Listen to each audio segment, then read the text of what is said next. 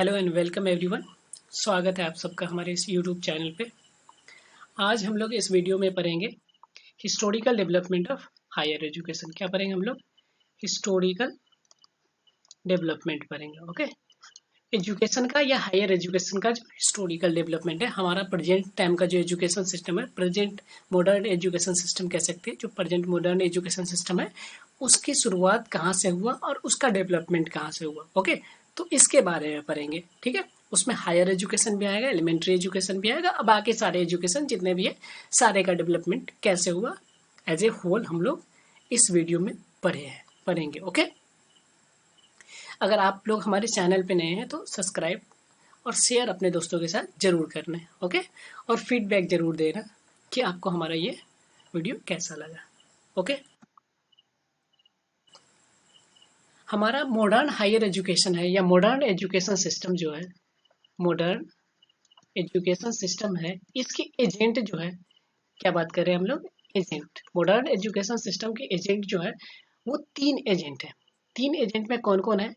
तो British government and east India company, ये एक एक एजेंट इसको मान लेते हैं, ब्रिटिश गवर्नमेंट, क्योंकि हमारे यहाँ जो मॉडर्न एजुकेशन सिस्टम की जो शुरुआत हुई है, स्टार्टिंग जो हुआ है वो ईस्ट इंडिया कंपनी से ही स्टार्ट हुआ। ओके, आपको पता है कि हमारे देश में पहले ईस्ट इंडिया कंपनी ट्रेड करने के लिए आई थी, उसके बाद उन्होंने रूल करना शुरू कर दिया और 1857 की जो विद्रोह हुआ था उसके बाद ब्रिटिश गवर्नमेंट ने खुद अपने हाथ में ले लिया और शासन करना शुरू कर दिया था, मतलब इंडिया पे रूल करना शुरू कर दिया था।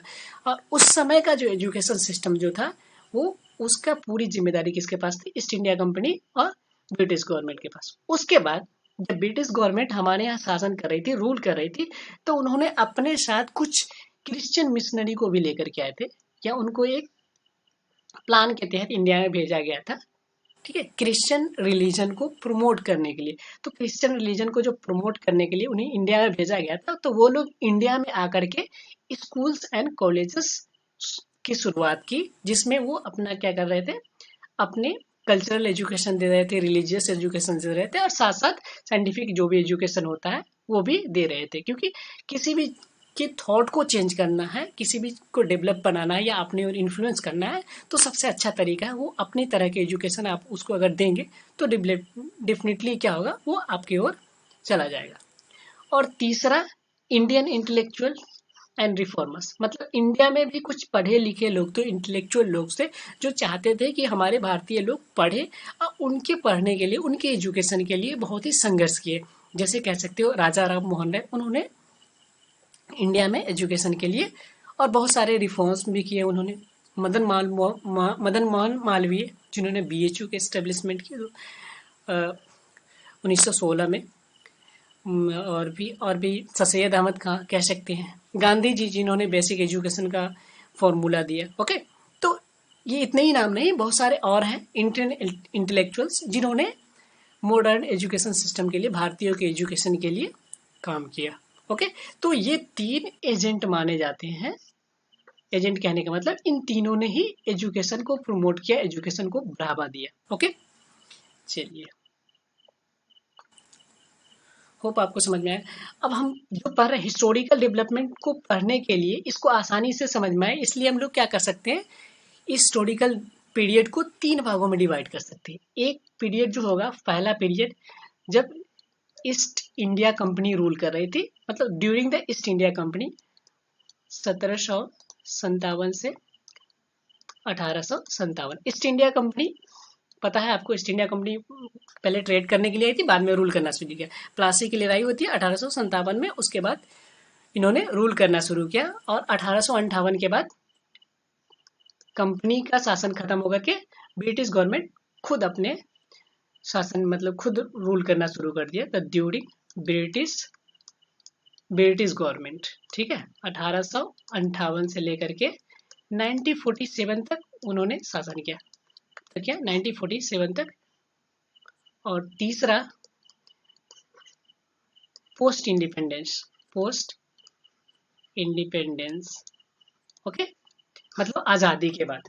तो पहले हम लोग को जो पढ़ना है वो क्या पढ़ना है, ईस्ट इंडिया कंपनी के दौरान एजुकेशनल डेवलपमेंट क्या हुआ, उसके बाद ब्रिटिश गवर्नमेंट के दौरान एजुकेशनल डेवलपमेंट हुआ, और इंडिपेंडेंस के बाद अब तक 2021 तक क्या क्या एजुकेशन के सेक्टर में डेवलप हुआ, एजुकेशनल फील्ड में क्या क्या डेवलपमेंट हुआ, उसको हम लोग पढ़ेंगे। ओके, तो सबसे पहले हम लोग कहाँ से स्टार्ट करेंगे? ईस्ट इंडिया कंपनी से स्टार्ट करेंगे। ओके, कोई भी डाउट हो तो कमेंट जरूर कर देंगे।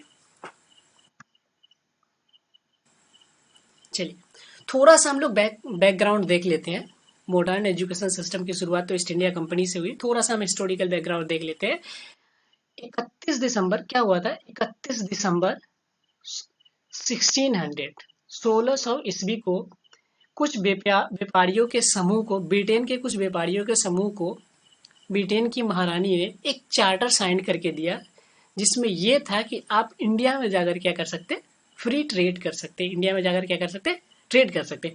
मतलब व्यापारियों के कुछ समूह को एक चार्टर मिला, एक परमिशन मिला, जिसको हम लोग क्या कहते हैं? ईस्ट इंडिया कंपनी कहते हैं। मतलब उस समूह का नाम क्या रख दिया गया? East India company. आप जाकर के क्या कर सकते हैं? व्यापार कर सकते हैं, बिजनेस कर सकते हैं। तो वो इंडिया में आए, बिजनेस करे, और बिजनेस करने के दौरान उन्होंने बहुत सारे चीज़ों को फेस किया। उसके बाद उनको लगा कि अगर हम यहाँ अगर रूल करने लगे, शासन कर लेंगे, तो हमारा ये बिजनेस और भी अच्छा बढ़ेगा। तो उनका जो रूल्स स्टार्ट हुआ वो प्लासी की लड़ाई हुई थी, बैटल ऑफ प्लासी 1757 में। उसके बाद यहाँ उनका क्या हुआ? ब्रिटिश का रूल स्टार्ट हो गया। ओके, अब तक एजुकेशन के फील्ड में इन्होंने कुछ नहीं किया था, क्योंकि अब तक ये ट्रेड कर रहे थे। 1757 से इन्होंने रूल करना शुरू किया। तो जैसे ही 1757 से रूल करना शुरू किया, ब्रिटेन की महारानी ने उसे रेगुलेट करने के लिए एक एक्ट बनाया। मतलब कैसे आप क्या करेंगे, रूल कैसे करना है, मतलब इंडिया में रूल कैसे करना है, जो रेगुलेटिंग एक्ट 1773। ओके, इसमें भी एजुकेशन का कोई प्रोविजन नहीं था। इसमें एजुकेशन का कोई प्रोविजन नहीं था। उसके बाद अगला एक्ट आया 1784 को। इसमें भी एजुकेशन का कोई प्रोविजन नहीं था। अब समझिए, बहुत ही बेसिक से हम आपको बता रहे हैं शुरुआत से, कैसे मतलब एजुकेशन आया इंडिया में, ब्रिटेन ने कैसे एजुकेशन को डेवलप किया। तो पहला जो एक्ट आया था गवर्नमेंट ऑफ ब्रिटेन के तरफ से, ओके, 1773, जिसको हम लोग रेगुलेटिंग एक्ट कहते हैं। इसमें एजुकेशन का कोई प्रोविजन नहीं था। दूसरा एक्ट आया पिट्स इंडिया एक्ट 1784। इसमें भी एजुकेशन का कोई प्रोविजन नहीं था। ओके, उसके बाद तीसरा जो एक्ट आया, जिसको हम लोग क्या कहते हैं? चार्टर एक्ट के नाम से जानते हैं, और फर्स्ट चार्टर एक्ट के नाम से जानते हैं। तो ये 1883, इसमें एजुकेशन का प्रोविजन था। इसमें क्या था? एजुकेशन का पहला एक्ट था जिसमें एजुकेशन का प्रोविजन था। मतलब एक्ट आ रहा है तो उस एक्ट में सिर्फ एक प्रोविजन नहीं होते, मतलब भारत में कैसे रूल करना है, ओके, ये सारे प्रोविजन से, कैसे पॉलिटिकल, सोशल, इकोनॉमिकल चीजों को कैसे मैनेज करना है, सारे प्रोविजंस थे। जिसमें से एक ये भी था, एजुकेशन को क्या करना है, इंडिया में प्रमोट करना है। ठीक है, तो कैसे करेंगे? उसके बाद दूसरा चार्टर एक्ट आया 1883। चार्टर एक्ट जो बेसिकली था वो 2020 ईयर पर था, तो ये ध्यान रखेंगे। पहला 1853, इसमें भी एजुकेशन का प्रोविजन था। और तीसरा चार्टर एक्ट आया, ओके, इसमें भी क्या था?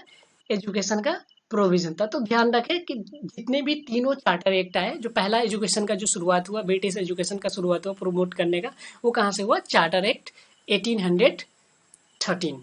ओके, मतलब 1813 फर्स्ट चार्टर एक्ट। उसके बाद 2020 ईयर के बाद चार्टर एक्ट आया। ओके, लास्ट चार्टर एक्ट जो आया 1853 को आया। अब इसमें क्या प्रोविजंस थे उसको देख लेते। ओके, अब ये हमने आपको बताया कि चार्टर एक्ट, जो पहला चार्टर एक्ट आया था वो 1813 में आया था। लेकिन चार्टर एक्ट से पहले कुछ कॉलेजेस और एजुकेशन के क्षेत्र में कुछ किए गए थे, उसको हम लोग देख लेते हैं। तो पहले, सबसे पहले जो वारेन हेस्टिंग थे गवर्नर, ओके, इन्होंने कलकत्ता मदरसा, ध्यान रखेंगे, कलकत्ता मदरसा का एस्टेब्लिश किया। किसको एस्टेब्लिश किया? कलकत्ता मदरसा को एस्टेब्लिश किया। कब? 1781 को, मतलब 1781 ईस्वी में इन्होंने पहला, मतलब एजुकेशन का पहला इंस्टीट्यूट कह सकते हैं, इंडिया में ब्रिटिश गवर्नमेंट या ब्रिटिशर्स के द्वारा पहला जो इंस्टीट्यूट एस्टेब्लिश किया गया वो क्या था, कलकत्ता मदरसा था। ठीक है, 1781 में किया गया था। ये क्यों किया गया था, तो पर्शियन पर्शियन के लिए, अरबिक लैंग्वेज के लिए, specially Persian language, Arabic language, और यूं कह सकते हैं Islamic culture, Islamic culture, Islamic culture की स्टडी के लिए किया गया था। ओके, दूसरा जो इंस्टीट्यूट एस्टेब्लिश हुआ वो 1791 में जोनाथन डक्कन ने किया था। ठीक है, संस्कृत कॉलेज नाम याद रखेंगे, जोनाथन डंकन ने संस्कृत कॉलेज की स्थापना की। वो किस लिए किया था, तो हिंदू रिलीजन्स या लिटरेचर होते हैं उसकी स्टडी के लिए किया गया था। ओके, एंड थर्ड 1800 ईस्वी में फोर्ट विलियम कॉलेज की स्थापना किया गया। फोर्ट विलियम कॉलेज 1800 ईस्वी में फोर्ट विलियम कॉलेज बना, जो किसने बनाया था, लॉर्ड वेलेस्ली ने बनाया था। ओके, तो ये आपको ये तीन याद रखना है कि 1781 में हुआ था पहला, दूसरा 1791 में हुआ था, और तीसरा 1800। ओके, पहला जो था वो क्या था, कलकत्ता मदरसा था, दूसरा जो था संस्कृत कॉलेज था, और तीसरा जो था वो फोर्ट विलियम कॉलेज था। ओके, ये चार्टर एक्ट से पहले। अब आते हैं हम लोग चार्टर एक्ट। तो चार्टर एक्ट जो आया था उसमें बहुत सारे प्रोविजन थे कैसे शासन करना है। ठीक है, एक मोनोपोली दी गई थी शासन करने के लिए, लेकिन इसमें एजुकेशन का भी एक प्रोविजन था। एजुकेशन का प्रोविजन क्या था, तो 1 लाख रुपये एक्सपेंड क्या करना था, 1 लाख रुपया खर्च करना था प्रत्येक साल। ईस्ट इंडिया कंपनी को 1 लाख रुपया प्रत्येक साल खर्च करना था। किस लिए, तो इंडियंस लोगों को एजुकेट करने के लिए। ठीक है, ऑब्जेक्टिव क्या था, तो to spread the scientific knowledge in British India. British India कहने का मतलब ब्रिटिश रूल वाला इंडिया। इसमें क्या करना है, 1 लाख रुपए, बस यही पॉइंट याद रखना है, 1 लाख रुपए पर ईयर क्या करना है, ब्रिटिश को खर्च करना था। किस पे, तो इंडियंस के एजुकेशन पे, मतलब भारतीयों के एजुकेशन पे। लेकिन ये प्रोविजंस रहने के बावजूद भी ये पैसे खर्च नहीं किए गए। ठीक है, 1 लाख रुपया का तो प्रोविजन दे दिया, मतलब चार्टर एक्ट 1813 क्या कहती है कि ईस्ट इंडिया कंपनी को प्रत्येक साल क्या करना है, 1 लाख रुपया खर्च करना है इंडियंस के एजुकेशन पे। लेकिन ये पैसे खर्च नहीं हो गए। ठीक है, क्यों नहीं हुए वो मैं बताता हूँ।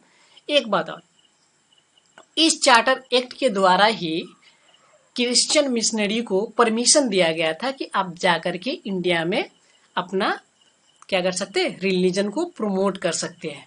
ठीक है, तो ये 2 पॉइंट याद रखने कि क्रिश्चियन मिशनरी जो थे उनको ये परमिशन मिला था, किस में मिला था, तो charter act, first charter act जो था 1813 का, उसमें ये परमिशन मिला था कि आप इंडिया में जाएं और अपने रिलीजन को प्रमोट करें। ओके, और बेसिकली ये लोग भी आए तो रिलीजन्स को प्रमोट किया और इंस्टीट्यूट भी एस्टेब्लिश किए। ओके, उसके बाद राजा राम मोहन राय का तो नाम सुने होंगे। तो राजा राम मोहन राय ने क्या किया था, हिंदू कॉलेज की स्थापना किया था। ध्यान रखेंगे, नाम क्या है, हिंदू कॉलेज की स्थापना किया था। कब, 1817 को, मतलब 1817 ईस्वी में हिंदू कॉलेज की स्थापना किया। और ये बहुत इंपॉर्टेंट टॉप पॉइंट है, इसीलिए क्योंकि ये हिंदू कॉलेज बाद में क्या बना था, प्रेसिडेंसी कॉलेज बना था। 1858 में यही जाकर के क्या बन गया था, हिंदू कॉलेज सॉरी, जो राजा राम मोहन राय ने स्टेब्लिश किया था कलकत्ता में, वो बाद में क्या बन गया, प्रेसिडेंसी कॉलेज बन गया। और यही 2010 में आकर के यही बन गया क्या, प्रेसिडेंसी यूनिवर्सिटी, जो कि बंगाल में। ओके, समझ में आ रहा है बात, कोई डाउट नहीं, ये याद रखेंगे। मतलब 1817 में जो कॉलेज बना था, ठीक है, हिंदू कॉलेज था, बाद में उसका नाम चेंज क्या नाम चेंज करके रखा गया, प्रेसिडेंसी कॉलेज रखा गया। फिर बाद में इसको क्या कर कॉलेज को यूनिवर्सिटी बना दिया गया, कब, 2010 में। ओके, चलिए, ये तो हो गया। उसके बाद अब अगला, एलिफिस्टन रिपोर्ट। एलिफिस्टन रिपोर्ट 1813 में, सॉरी 1823 में आया था Elphinstone report. Elphinstone report basically क्या था,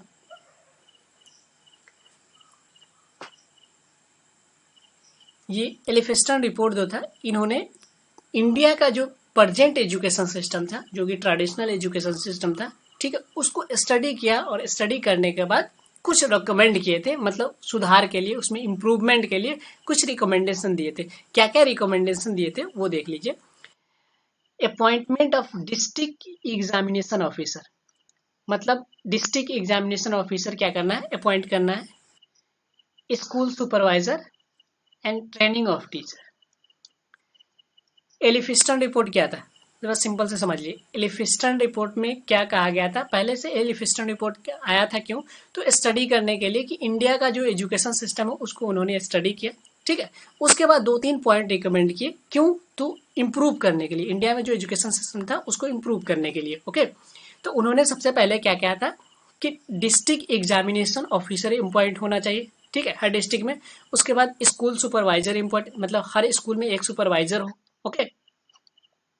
और ट्रेनिंग टीचर, टीचर की ट्रेनिंग की बात की थी, ध्यान रखेंगे कब, 1823 ईस्वी में टीचर ट्रेनिंग की बात हो रही है। आजकल हम लोग जो टीचर बीएड डीएलएड जो ये सब कोर्सेज हो रहे हैं, टीचर एजुकेशन जो स्पेशली बोला जाता है, ट्रेनिंग जो नाम बाद में चेंज हो गया था, तो उस समय टीचर ट्रेनिंग की बात कीजिए, मतलब समझ सकते वो लोग कितना आगे थे इस मामले में। तो टीचर ट्रेनिंग की बात की थी, क्योंकि उस समय कोई फॉर्मल टाइप की ट्रेनिंग नहीं दी जाती थी टीचर को, ओके।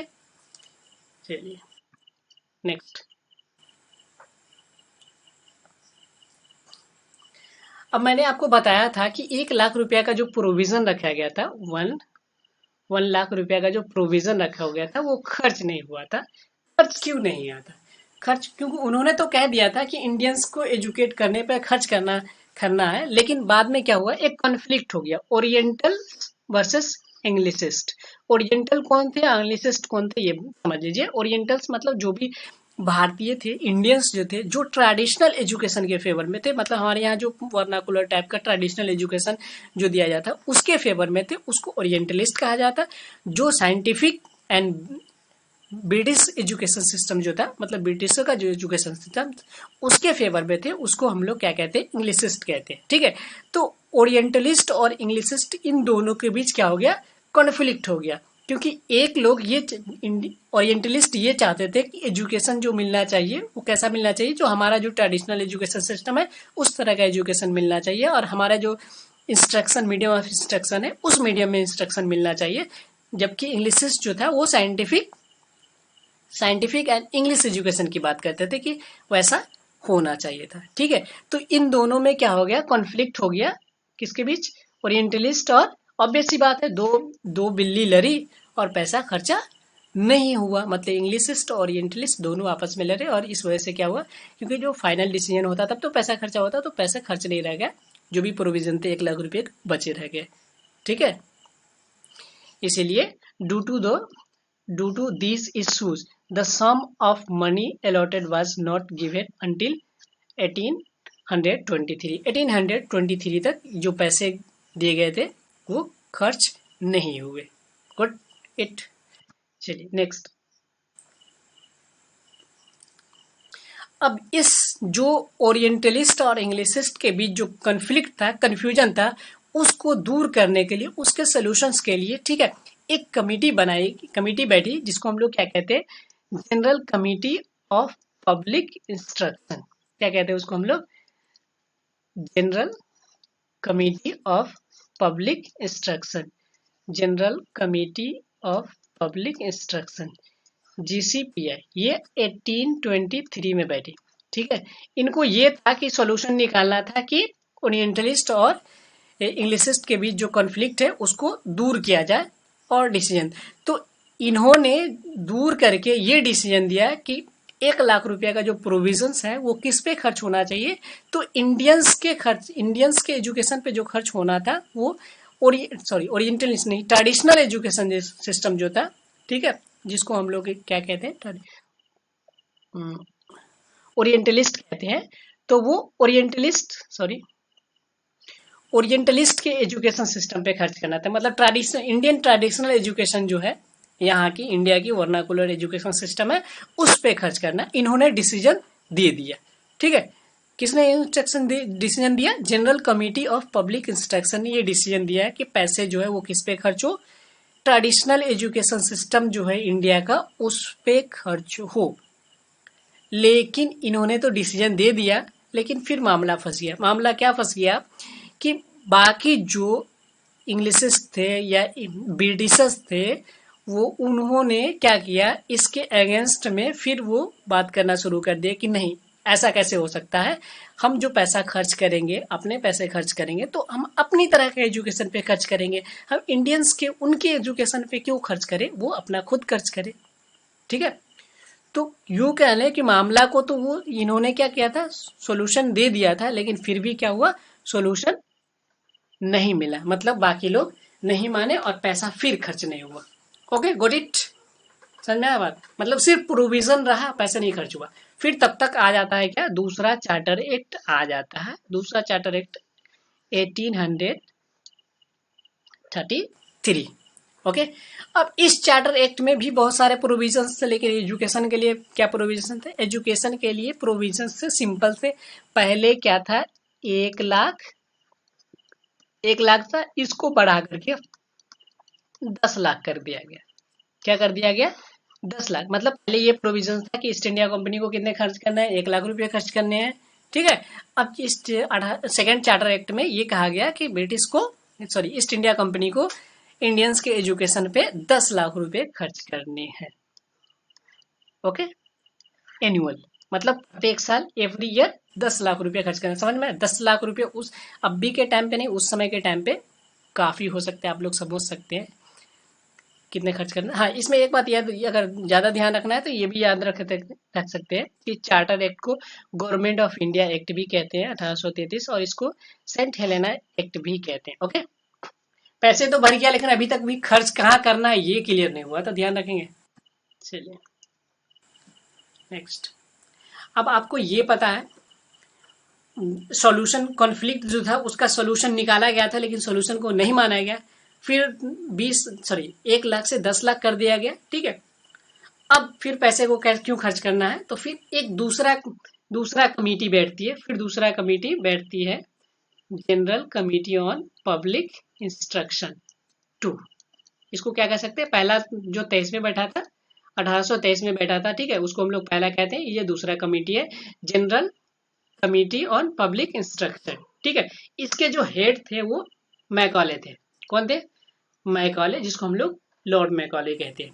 तो इन्होंने सॉल्यूशन दिया, इसका क्या सॉल्यूशन दिया, तो इन्होंने डायरेक्ट जो बात की एजुकेशन पे बात की, डायरेक्ट इंग्लिशिस्ट के फेवर में बात किया, बोले कि नहीं ट्रेडिशनल एजुकेशन पे हम लोग खर्च नहीं करेंगे, हम इंग्लिश एजुकेशन पे खर्च करेंगे। और इंग्लिश एजुकेशन पे भी कैसे खर्च करेंगे, इसलिए उन्होंने एक थ्योरी दिया जिसको हम लोग क्या कहते हैं, डाउनवर्ड फिल्ट्रेशन की थ्योरी के नाम से जानते हैं। एजुकेशन में ये बहुत इंपॉर्टेंट है, ध्यान रखेंगे, एजुकेशनल हिस्ट्री में ये बहुत इंपॉर्टेंट है, डाउनवर्ड फिल्ट्रेशन की थ्योरी।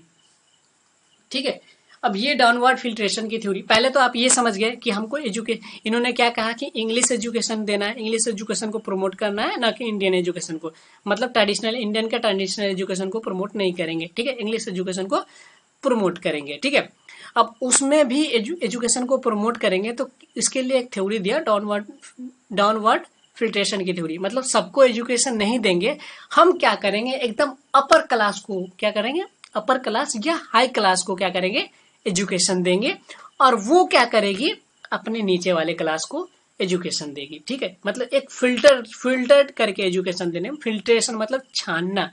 ठीक है, तो एजुकेशन जो हम देंगे किसको देंगे, एकदम अपर क्लास को देंगे, छान करके एजुकेशन देंगे। ठीक है, उन्होंने क्या कहा था, लॉर्ड मैकानर ने कहा था कि he wished to create a class of Indian who were Indians in color and blood but English in taste and affiliation। अब उनका मकसद क्या था, इस तरह का एजुकेशन देने का मकसद क्या था, तो उनका मकसद ये था सिंपल, वो कहना ये चाहते हैं कि मैं वैसे इंडियंस को क्रिएट करना चाहता हूँ या बनाना चाहता हूँ जो कलर से, मतलब रंग से और ब्लड से, खून से क्या हो, भारतीय हो। ध्यान से समझिएगा, कलर से और खून से क्या हो, भारतीय हो, लेकिन टेस्ट क्या हो, एफिलिएशन जो हो वो क्या हो, इंग्लिश वाला हो। मतलब हम लोग ऐसे एजुकेटेड पर्सन तैयार करना चाहिए, ऐसे एजुकेटेड एम्प्लॉय तैयार करना चाहते हैं, ठीक है, जो क्या हो, कलर से तो भारतीय हो, टेस्ट से तो क्या हो, सॉरी, कलर से भारतीय हो, ब्लड से तो भारतीय हो, लेकिन वो क्या करे, टेस्ट से क्या हो, इंग्लिश टेस्ट हो। कहने का मतलब वो हमारे फेवर में बात करे। ओके, चलिए, ये बात समझ में आपको, गुड। नेक्स्ट, टोटल फाइनली यही था डाउनवर्ड फिल्ट्रेशन। इससे बस यही क्वेश्चन आता है, डाउनवर्ड फिल्ट्रेशन थ्योरी क्या था, डाउनवर्ड फिल्ट्रेशन थ्योरी किसने दिया था और ये कब दिया था, तो 1835 ईस्वी में, ठीक है।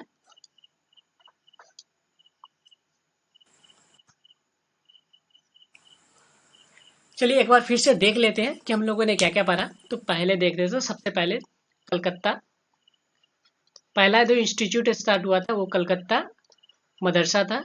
क्या था, कलकत्ता मदरसा, जो कब हुआ था, 1781 में, ठीक है। दूसरा जो हमारा था वो क्या था, संस्कृत कॉलेज, संस्कृत संस्कृत कॉलेज था, ये कब हुआ था, 1791 में हुआ था। उसके बाद क्या था, विलियम फोर्ट विलियम कॉलेज, क्यों, 1800 ईस्वी में, ये ध्यान रखें, सिंपल सी बात है। उसके बाद अगला क्या था, तो अगला कुछ नहीं, चार्टर एक्ट आया था, चार्टर एक्ट, पहला चार्टर एक्ट 1813। इसमें क्या प्रोविजन था, तो सिंपल सा प्रोविजन था, 1 लाख रुपये का, एनुअल 1 लाख रुपये, लेकिन जो खर्च नहीं हुआ। ओके, उसके बाद दूसरा चार्टर एक्ट